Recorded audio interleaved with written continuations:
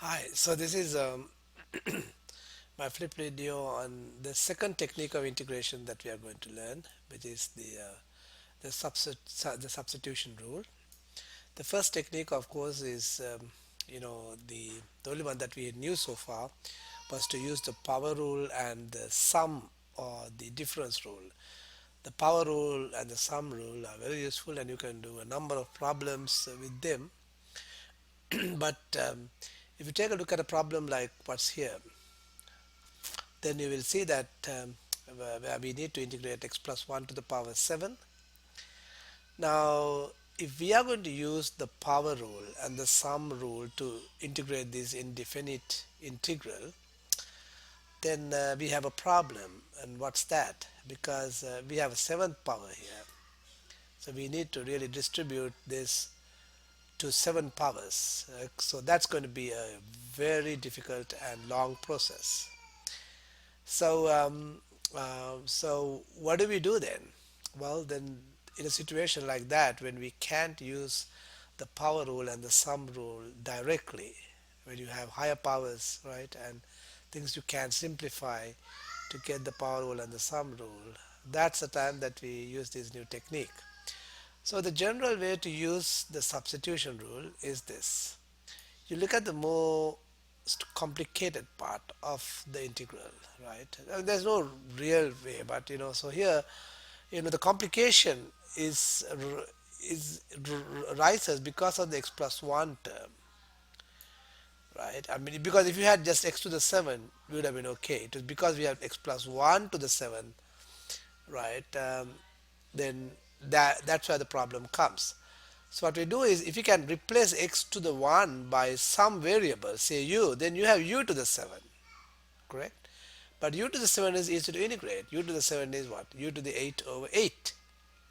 So it makes sense to, if I want to use the power rule, then to replace this x plus 1 quantity by a single quantity u. So that u is called a substitution. It's called a u substitution.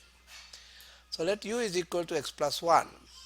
So now, one thing that we do is that we want to check whether our substitution is correct. So let me give you a kind of a rule of the thumb, and you will see later why this will work. Okay, the moment you decide u, differentiate it, du over dx, right? And then the rule of the thumb is whatever that you get when you differentiate the u, right, should be equal in style to the leftover part that you get in the integral when you plug in u. What do you mean by that? So you get du over dx is equal to 1. Now if you plug in u into the integral here, right, you get u plus 1 to the power 7th, right? And is there a leftover part? No, there is no leftover part. So you can kind of think as a leftover part as a number, or 1 really. So because you got 1 here, that means the derivative of the u substitution is equal to the leftover part. Now suppose you got 5 here, still it's okay because 5 is a constant, right? Okay, but if you get the leftover, the derivative to be x, for example, then we have a problem because the leftover part here is 1, but we have an x here. But we can go on to that a little later, but just make the mental check. The moment you put u, you differentiate the u and see whether that is equal to the leftover part in style. Alright, now let's get back to our problem. Okay, so now we have u is equal to x plus 1, so we go up here and we plug in for u. When we plug in for u, what do we get? This is u, this becomes u, so you get u to the 7, u to the 7, but we also have a dx, right? But what is dx? So how do we get dx? So remember, we got du over dx is equal to 1. We can solve this for dx. So when you solve that for dx, we get what? We cross multiply. So dx goes up here, the 1 goes down here, so dx is equal to du over 1. So we go up here now. So this is u to the 7. For dx, we replace the dx by whatever that we find here. So dx it becomes what? Du over 1. So finally we get I is equal to integral u, this is u to the 7 and du over 1, u to the 7 du over 1. Well, dividing by 1 won't make any difference, so this is the same as u to the 7 du. Now, integrating u to the 7 du is not hard at all, because now you can use the power rule, because your variable is now u and the integrand is just u to the 7. So you need to integrate u to the 7 with respect to u, and the answer will be what? You increase the exponent, you use the power rule, and the 7 becomes what? 7 becomes 8. So you can 8 to the u to the 8 and you divide by 8. But u is equal to what? Now this is the answer. We actually done the integration. So the answer is u to the 8 over 8. But this is not very how shall we say, conventionally good, because we can't leave the answer in terms of u, because we started the problem with x. We got to leave the answer in terms of x. So what we do is we replace the u by x, and then we get x plus 1 to the power 8 over 8 plus c. So the answer is x to the 1 plus the power 8 over 8 plus c. So once again what we did was we replaced the complicated part by a u, differentiated that, and we made a kind of a mental check to see whether the derivative is equal to the leftover part, and it is. And now we solve for dx. Dx is equal to du over 1, and then we take it and plug it up here, so this becomes u, so you get u to the 7, and the dx becomes what? Du over 1. So u to the 7 du, and that's, so you integrate u to the 7, you get u to the 8 over 8. And then the final touch is you just replace the u by x plus 1, and then your original substitutions, you get x plus 1 to the power 8 over 8 plus c. Let's take another example. Let's take this one. So we have to integrate x times x squared plus 5 plus x to the 5 dx. So once again we have a fifth quantity raised to the fifth power, which will be very difficult for us to expand. So in a situation like that, it makes sense to replace it by a substitution, because this is the troublesome part. We call that u. So u is equal to what? X squared plus 1.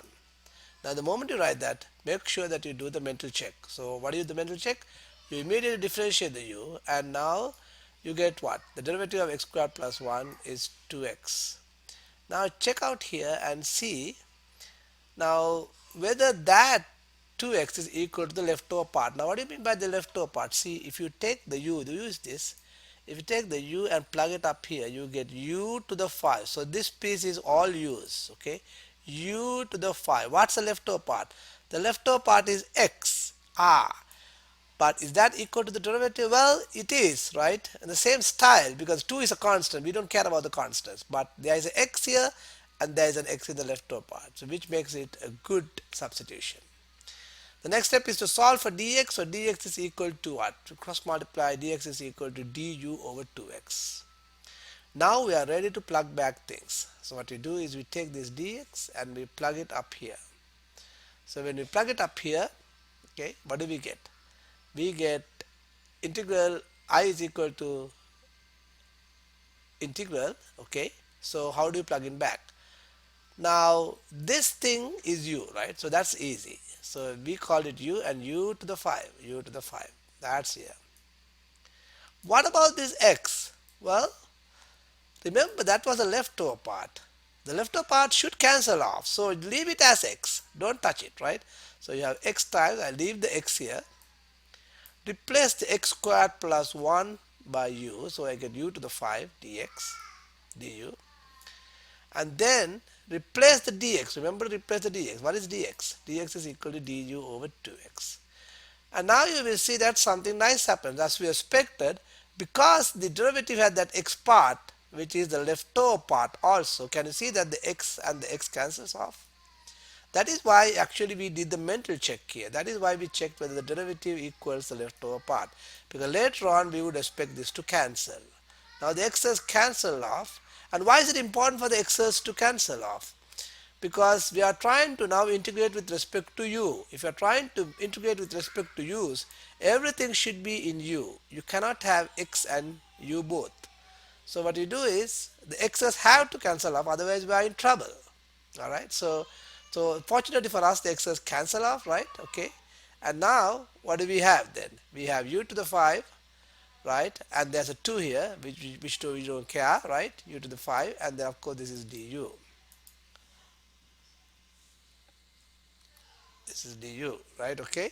And now we take the constant, 2 is the constant, we take it outside, so that becomes 1 half, right? Outside the integral sign. And we just have to integrate u to the 5. Integrating u to the 5 is a piece of cake because you can just use the power rule, right? So what's the integral of u to the 5? That is what? U to the 6 over 6. Now we are literally done except that we need to plug in back for u. So what is u? U is equal to x squared plus 1. So you plug that in up here, you get what? X squared plus 1 to the power 6. Okay, x squared plus 1 to the power 6, and then this 6 and this 2 will join and you get a 12. So 1/12 x squared plus 1 to the power 6 plus c. Now that's the answer. Okay, that's the answer. Okay, everything in x. Now let's do one more example, right? And now this time we have x cubed over there. Now what would be the substitution? Once again, it's kind of very messy, so you can't use the power rule. Now remember once again that integration does not have a quotient rule. Okay, so you got to use the substitution. That's the only way out, right? So okay, so can we use the, so what do we call u? U or this or this? Well, if you call the bottom x squared x to the 4 plus 1 as u, then you are in kind of luck. Why? Because if you differentiate x to the 4 plus 1, you get 4x cubed. Do the mental check now, right? Now, if you plug in u here, what's the leftover part? The leftover part is x cubed, which is exactly what you have here except for the 4. We don't care about the 4. So now, if you solve now for dx, you get what? Dx is equal to du over 4x cubed. So now I'm ready to go. So that means it's a good substitution because the derivative is the leftover part. Well, if we don't worry about the 4. So good substitution, you solve for dx. So dx goes up and du over 4x cubed goes down. Now we are ready. So once again, when you plug it back in, this is replaced by what? The bottom. The bottom is replaced by u. So you get what? U squared at the bottom. So there you go, u squared. Can you see that? Right. What about the x cube? The x cube we leave alone. Okay, so x cube is something that we leave alone. And then we have dx is equal to what? Dx is equal to what? Du over 4x cube. You just replace the dx by the du. So dx is equal to du of x cube. So once again we leave the x cube as it is because we expect that to be cancelled off. This is replaced by u. So you get u squared. And dx is equal to du over 4x cube.